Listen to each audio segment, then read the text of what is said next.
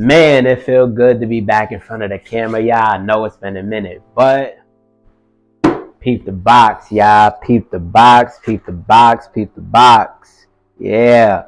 All gray lid, red Jumpman, white Air Jordan, dark gray on the bottom of the box. We got the Nike Air right there, of course. And this is very reminiscent of the OG style boxes of the Air Jordan 7 through 11. But label read Air Jordan 9 Retro Grade School. Colorway is medium gray, cool gray, white. And of course, this is a size 6. Now popping open the lid, all white underneath. Lot number in there somewhere. White paper right here. And yeah. And I just love when they bring the classics back, y'all. Like, this is one that, I'm glad it came back. I'm glad these definitely came back for sure. 13 long years, y'all. But we got the Air Jordan 9 Cool Grays, last retroed in 2012, originally released in 2002, October 26th, that is. And this is the only Jordan 9 colorway that Mike wore on court when he was playing with the Wizards. One game I remember specifically was against the New York Knicks, of course.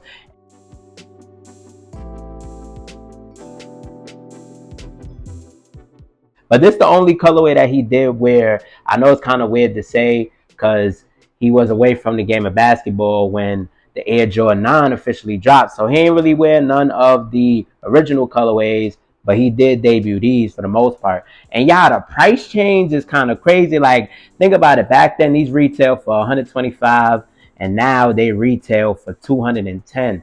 Crazy times, yeah. But man, yeah. And these is, oh yeah, I like the way the patent leather look on these, y'all.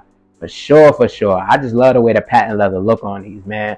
But for the most part, y'all, let's get into breaking down this shoe. And we're going to talk about some key details, components, things of that nature. So on the top of the shoe, y'all, we do get this all gray nubuck, of course. And that's in the cool gray colorway. As y'all can see, you got this cool gray colorway that's set up top. You got the Jordan 9 panels on the side right there, as you guys can see. And if you take a look at the toe box, yeah, it's more like a rounded toe box. It's not as close to the OG, but listen, man, I ain't here to complain, So it does have that rounded toe box, as y'all can see. And it does have the widow's peak. So the widow's peak is right there, more so on this particular portion, as y'all can see. Nothing too crazy. Now, the lacing portion, we do got our one pull speed lacing portion. We do got gray eyelets right here, of course. We do got the white rope laces, of course. And then we do got this all gray mesh open tongue, as y'all can see, And I'm going to point out some differences, but I'm going to put a list of them so you guys can know what's different from these and the originals. Now, we do got the Air Jordan at the top, with this pouch right here in that medium gray colorway, as you guys can see.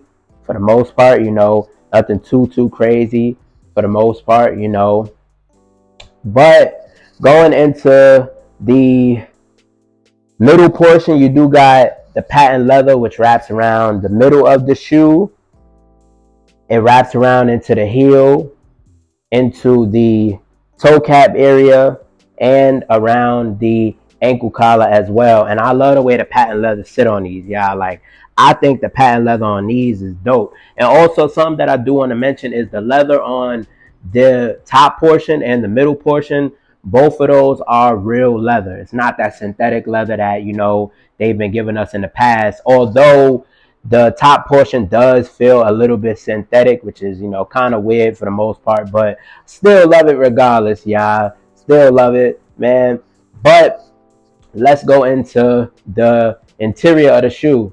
So, for the most part, we do got the manufacturing date on the back of the tongue. And this is more so like a stitched on kind of look to the Air Jordan 9. It's not that heat press look that we've been seeing on previous retros and whatnot. So I do like that they went with that look. And then you got more like a nylon on the back of the tongue in gray, as y'all can see.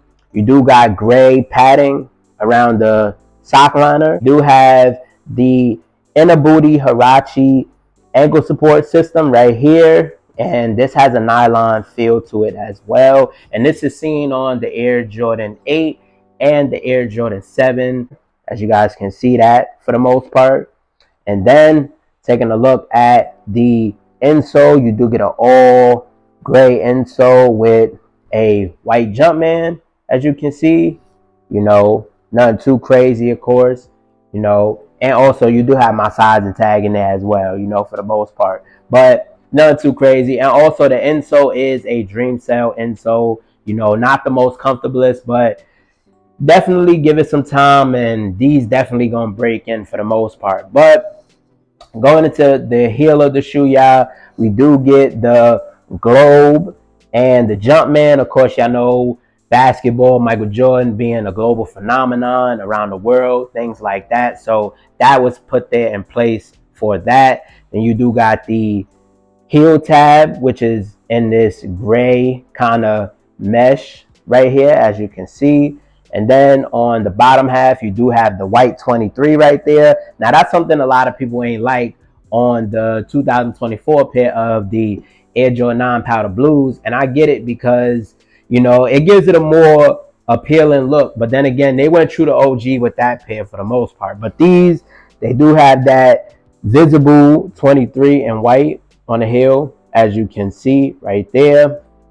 Now going into the midsole, guys, we do get a all around white polyurethane midsole, of course, as you can see for the most part. Then we do get the Jumpman, which is facing in the right direction this time, and that's something I'm glad that they did get right, because in 2012, y'all know it was facing the opposite. And I just feel like, a lot of the times, like silhouettes from like 2012, 2013, they always did something to where the shoe was off compared to like the more newer retros. Let me know what y'all think down in the comment section below, y'all. But we do got the white Jumpman right there, of course. Then on the outsole, y'all, once again, this is where it gets interesting, because we got, some of the ways that MJ was living off court, a lot of meanings and stuff like that. So for the most part, you do got the globe right here, once again, a global sport, global things around the world, of course. Then you do got some words right here,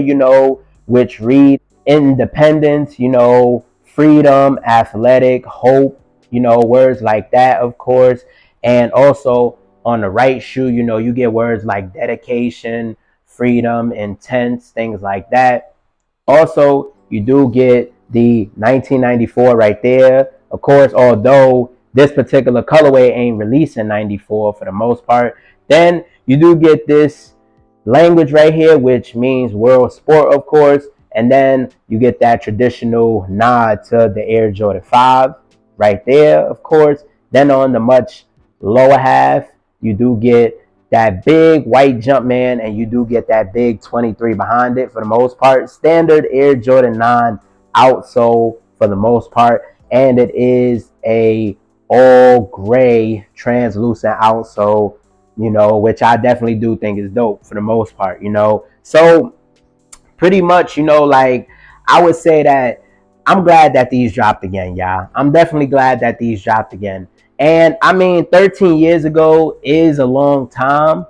But child, the fact that we are getting the Air Jordan 9 Flints dropping next year, which is actually almost 23 years old. Listen, man, they just keep bringing back the classics, y'all. And I'm glad for that. I'm glad that the classics is coming back for the most part. But these right here, man, yeah, I'm definitely glad that I was able to obtain a pair of these, because I ain't gonna lie, y'all, on release day, it was definitely hectic. Like, these sold out everywhere. Like, let me know how these went for you on release day. I know they dropped, I believe it was last month, March 15th. Yeah. So let me know how these went for you on release day. Let me know if you copped them. Let me know if you passed on them. I know these did only drop in men and grade school sizing, but if you're a fan of Air Jordan 9s, or if you're a fan of this particular colorway, let me know if you rocking with them. And also, let me know, do you consider this an OG colorway? I know some people consider the colorways that Michael Jordan wore on court to be OGs. Although these are not OG colorway, because these did not release in 1994, but they did release in 2002. Most people would associate them with being an OG colorway because Mike wore them. So that's a question I got for y'all. But let me know that down in the comment section below, y'all. But also let me know how y'all are feeling about this particular colorway right here, man. Yeah, y'all. Definitely glad the cool gray Air Jordan 9s came back, man. This is a very this is a very overshadowed colorway, y'all. I definitely will say that. Man, once again, let me know how y'all feeling about them. Let me know how y'all feeling about them down in the comment section below, y'all. Man, definitely some more sneakers to come, y'all. So do stay tuned for that, man. But if you enjoyed today's video, make sure to leave a like. For those of you who are new to the channel, man, listen, if y'all want to see more sneaker reviews like this, y'all want to see more monthly sneaker release videos, just anything pertaining to sneakers, you know, anything surrounding sneakers that you could think of, y'all, we talk about it here. And if you want to know about it, if you want to stay in tune, man, hit that big subscribe button, y'all. It is greatly appreciated. With that being said, you got your boy J-Jus. You got my thoughts and opinions and review on the Air Jordan 9 Cool Grays. Man, yeah. Definitely gonna put these to the feet real soon, y'all. So let me know how y'all feeling about them, man. Let me know, man. But love and appreciate you guys so much, man. From the bottom of my heart, man.